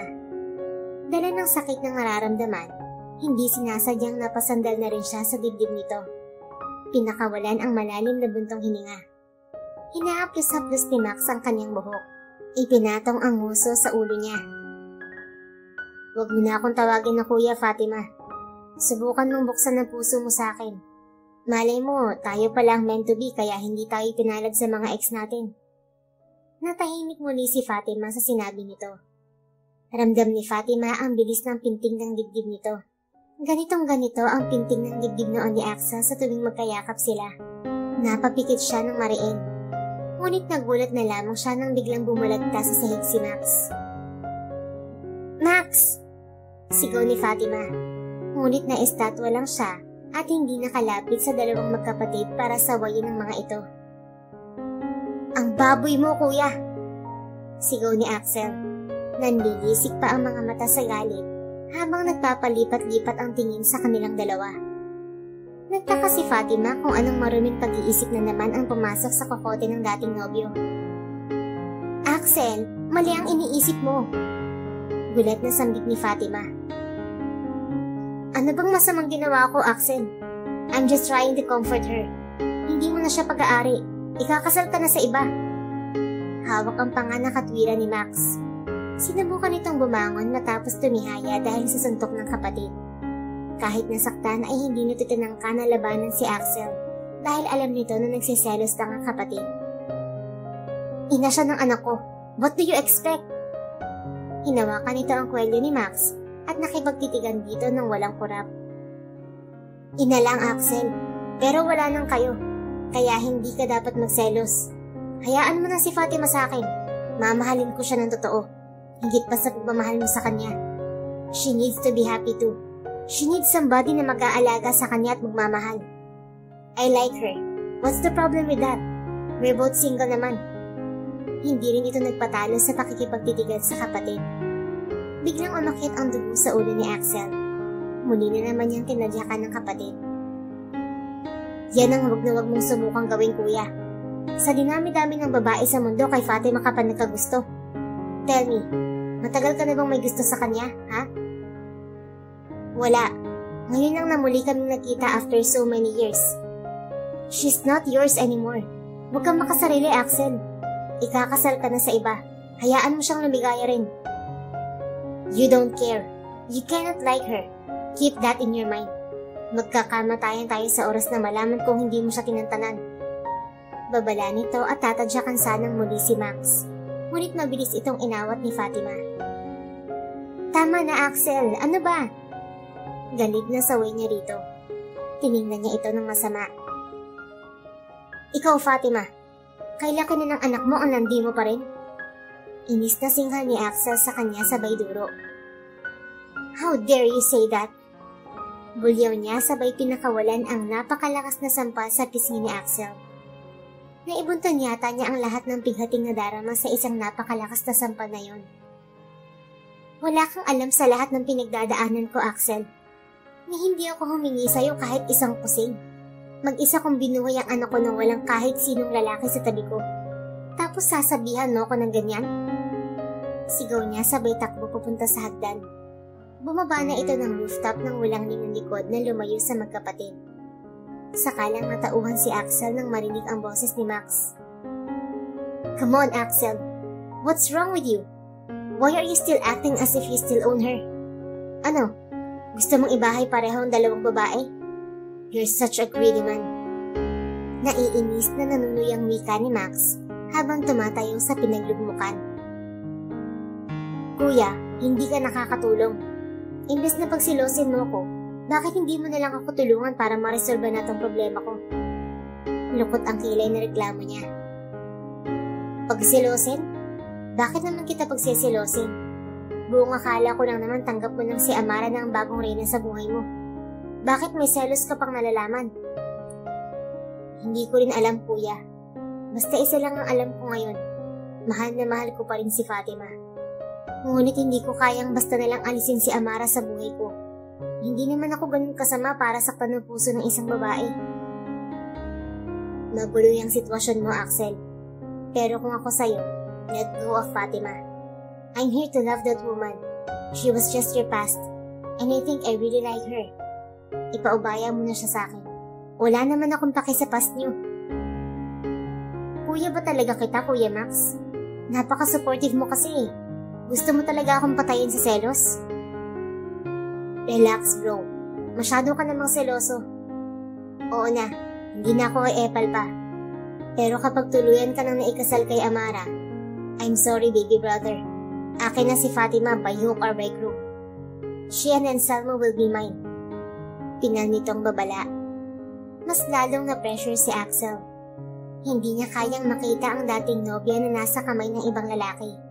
Lalo na kung sa Kuya Max pa niya ito babagsak. Kilala niya ang kapatid niya. May pagka-don romantiko rin. Kaya hindi malayong makuha nito ang loob ni Fatima. Matapos ng family dinner, masayang nagkwentuhan sina Amara, Lilian at Donna. Mga karelasyon ang dalawa ng mga kapatid ni Axel. Naawa naman si Axel kay Fatima. Mag-isa lang nitong inaalagaan ng anak nila sa playroom ng mansyon. Kaya nagdesisyon siyang puntahan ito para may makausap at makahingi na rin ng sorry sa inakto niya kanina. Halos malamukot ang mukha ni Amara nang makita si Axel na papasok sa playroom kung nasaan ang mag-ina. Aminado si Amara na nag-uumapaw na ang hinanakit nito sa dibdib para sa binata. Kasi nakikita nito ang paraan ng pagtitig ni Axel sa dating nobya. Titig na puno ng pagmamahal at pangungulila. At hindi pa yun nagawa ng binata kay Amara. His looks for her is just for wants and desire. His passion for sex, na siyang todo na nitong ibinigay, pero kulang na kulang pa rin. She realizes kung gaanong ka-effortless si Fatima na makuha muli ang puso ni Axel. She also realized that relationship is not just for sex. Kaya kailangan na nitong magdesisyon hanggat kaya pa nitong mag-move on. Maybe destiny didn't work for her and Axel. At hindi na ipipilit pa ni Amara ang isang bagay na imposibleng mangyari. Knowing Axel, alam ni Amara na hindi ito bibitiw sa kasal nila. He has his one word. Pero aanhin ni Amara ang paninindigan kung ang puso naman nito ay iba ang laman. Tulog na ang lahat subalit si Fatima ay gising pa rin ng diwa. Kaya lumabas na muna siyang muli para magpahangin. Bitbit niya ang isang baso ng malamig na fresh milk na kinuha mula sa fridge. Nakatulala lang siya sa kadiliman nang biglang may nagsalita sa kanyang likuran. Bakit nandito ka pa sa labas? Boses ni Amara yun, kaya diretso siyang napaningin dito. Amara, bakit ka pa lumabas? Baka hanapin ka ni Axel. Wala naman siyang paki sa akin eh. Alam mo kung bakit? Kasi nasa iyo lahat ng paki niya. Sarkastiko at pilosopong sagot nito. Please, Amara. Ayoko ng away. I'm a visitor. Ayokong ma-disrespect ang bahay nila kapag hindi ako nakapagtimpi na patulan ka. Kaya pakiusap. Iwan mo na ako dito at hayaang mapag-isa. Pakiusap niya rito. Lalong ayoko ng away, Fatima. Kaya gusto ko nang tapusin lahat ng to. Sagot ni Amara. What do you mean? Pagod na akong mamalimos ng pagmamahal at atensyon, Fatima. I decided to call the wedding off. Ayoko na. Pagod na ako makipagkompetensya sa'yo at sa anak mo. Ayoko nang may kahati at ayoko na isa lang akong panakiputas. Akin niya ang katawan ni Axel, pero nasa iyo naman ang puso niya. Sobrang sakit nun sa'kin. Amara, sambit ni Fatima na naguguluhan. Suko na ako, Fatima. This is the last time na makakabanding ko ang buong pamilya ni Axel. Bukas, I will file a resignation letter sa ospital. Babalik na ako sa parents ko sa Canada. Ayoko ng magulong buhay, kaya ako na magpaparaya. Wika nito na unti-unti nang pumapatak ang mga luha. I'm sorry, Amara. Hindi ko sinasadyang guluhin ang relasyon niyo ni Axel. Pero hindi mo naman kailangan na gawin to. Hayaan mo lang na makapag-adjust si Anselmo. Kapag pwede ko na siyang iwan sa inyo, aalis din naman ako ng Maynila eh. I'm planning to stay with my parents at magnegosyo na lamang dun. Naaawang siwalat niya rito. No, Fatima. Nakapag-desisyon na ako. Basta ipangako mo lang sa akin na hindi mo na ulit iiwan si Axel. Huwag mo na siyang pagtaguan ulit. Pag-usapan niyo ang dapat pag-usapan. Axel is lovable, but he's also vulnerable. He doesn't know how to handle heartache. Palagi niyang kailangan ng katuwang sa buhay para hindi niya maisipang magpatiwakal. He's so miserable nung nakilala ko siya sa ospital. He's my patient. May marka ang leeg dahil nagtangkang pakamatay nung hindi na niya kaya ang sakit ng pag-iwan mo sa kanya. Mahal ko si Axel, but I'm setting him free, so he could be free to love the woman he loved. Bakit mo to ginagawa, Amara? Pinahid ni Amara ang luha. Ganun siguro talaga kapag mahal mo ang isang tao. Kailangan palayain mo. Alagaan mo si Axel, Fatima. Mahal na mahal ka niya at ang anak mo. Ako ang hadlang sa inyo para mabuo ang pamilya niyo. Kaya heto, ako na magpaparaya. Tanggap ko nang hindi kami meant to be ni Axel. Sa tuwa ni Fatima, hindi niya mapigilan ang sarili na mapayakap dito. Hindi niya inasahan na magpaparaya si Amara. Sobra siyang humahanga dito. Salamat, Amara. Maraming salamat sa isa pang pagkakataon na to. Pangako, hindi na ako muli pang mawawala sa buhay ni Axel. Good. So, yung wedding gown, I think kakasya naman sa'yo yun. Halos magkasing katawan at magkasing tangkad lang naman tayo. You know what, Fatima? I want the best wedding for Axel. And this may be the most memorable wedding na hindi makakalimutan ng lahat. Kaya mamaya, sasama ka sa akin sa registrar's office. Kukuha tayo ng bagong senomar. Papipirmahin ko ulit si Axel sa marriage license. Ako nang bahalang magdahilan sa kanya. I can give him an empty form without any question. He trusted me that much. After him, saka ka na mag-fill up at pumirma rin sa form. Ito lang ang maireregalo ko sa kanya. Kaya bago ako umalis, aasikasuhin ko muna ang kasal niyo. Mahabang litanya ng doktora. Talagang mahal na mahal nito si Axel. Kaya nitong isakripisyo ang sariling kaligayahan para lang maligaya ang lalaking mahal nito. Hanggang sa dumating na nga ang kasalan. Sabik ang buong pamilya ni Axel habang naghihintay sa bride. Si Anselmo ay hawak ng ina ni Axel. Nagtaka pa si Axel kung bakit walang kaanak ni Amara ang naroon. Ang alam niya ay uuwi ng Pilipinas ang mga ito para sa kasal nila. Sa isip-isip niya, buti pa ang kapatid ni Fatima na si Jeron at nobya nitong si Christine, nakadalo. Hinahanap ng kanyang mga mata si Fatima. Hindi niya alam kung nasan ito. Ang anak lang nilang si Anselmo ang naroon. Fatima, just say stop and I'm gonna quit this wedding. Nakakuyom ang kamay na sambit ng kanyang isipan. Ilang sandali pa ang lumipas ay bumukas na ang malaking pinto ng simbahan. Nagsimulang maglakad ng mabagal ang bride. Kumalabog ang dibdib ni Axel na hindi niya maintindihan. Hanggang sa mapagtanto niyang ang kanyang bride ay mismong si Fatima. Si Fatima na kanina pang laman ng isip niya. Tinilik pa niya ang ulo upang tiyakin kung hindi ba siya nananaginip. Panay ang pahid ni Fatima ng tissue sa mata habang naglalakad, kaya napaiyak na rin si Axel. Magulo na ng isip niya ay masaya pa rin ang puso niya. This is the bride that he's dreaming of. At nagkatotoo yun. Hindi niya alam kung paano. Pero nagpapasalamat siya ngayon sa langit dahil si Fatima ang kasama niya ngayong manunumpa sa Diyos. Maging ang lahat ng mga naging saksi sa kasalan ay panayang iyak at naging madamdami na rin. Lalo na ang pamilya ni Axel na naging saksi sa lahat ng kanyang paghihirap at pagsisisi noong hinayaan niyang nawala sa buhay niya si Fatima. Pagkatapos ng kasal ay sakalang kinwento ni Fatima kay Axel ang lahat. Maging ang sulat na iniwan ni Amara ay iniabot na rin niya sa kanyang mister. Nanginginig ang kamay na binuklat ni Axel ang sulat at binasa. You have your best wedding ceremony, Axel. I hope you like the surprise we made for you. Salamat sa mga panahong pinaligaya mo at minahal. I'll treasure it forever. Mahal na mahal kita. Kaya ibinigay ko ang kalayaan mo ay para sa panghabang buhay na kaligayahan mo. I am destined to love you, but we weren't destined to be together. Dahil si Fatima talaga nakatadhana para sa'yo. I'm already in Canada as you're reading this letter. And I'm happy for you and Fatima. Best wishes to both of you.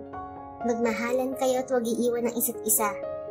Maybe someday, nakamove on na ako kapag aksidente tayong nagkasalubong sa daan. Nagamutan ng panahon ng sugat.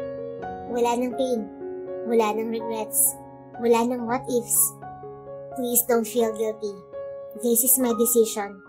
I can handle myself. Happy na ako basta happy ka. Goodbye, Axel. Be happy with your family. Make them the happiest family on earth. Napayakap ng mahigpit si Axel sa asawa matapos basahin ng liham na yon. Hindi nito napigilan ang maluha. Mas lalo itong humanga sa napakadakilang pag-ibig ni Amara. Hangad din nilang mag-asawa na agad maghilom ang puso ng doktora. At matagpuan din nito ang lalaking karapat-dapat para dito. I thought I would be that miserable one for the rest of my life. Thanks to Amara for setting me free. Ayaw ko ring magdusa siya sa piling ko dahil nasa iyo ang puso ko. Naluluhang wika ni Axel habang himas ang buhok ng asawa. Well, hindi papayag ang may kapal na magdusa ka ng ganun katagal. Maaaring hinintay lang niya ang tamang panahon para sa ating dalawa. Naroon nga lang ang guilt dahil may nasaktan tayo. But the good thing is, God help Amara to think and set you free. Tumango si Axel. Your return brought back all the joy, excitement and butterflies, Fatima. Para akong bumalik ng unang beses kitang nakita sa company. I love you so much, honey. Thank you for coming back. Wala na akong regret sa buhay ko ngayon dahil kasama ko na kayo ng anak natin. I love you too, Axel. I promise na hindi na ako mawawala pa sa tabi mo. At pinaghinang nila ang kanilang mga labi at masayang pinagsaluhan ang mainit na gabi sa unang araw ng kanilang honeymoon. Ang magandang alaala ng kasal nila ay hindi kinakalimutang i-celebrate ng mag-asawa taon-taon, lalo na ni Axel. Hinding-hindi niya makakalimutan ang araw sa buhay niya kung kailan siya muling naging sobrang maligaya sa piling ng asawa niya. Sinisiguro niyang worth it ang kalayaang ibinigay ni Amara para sa kanila ni Fatima. He will forever cherish their second chance of love and will never waste it ever again. The end.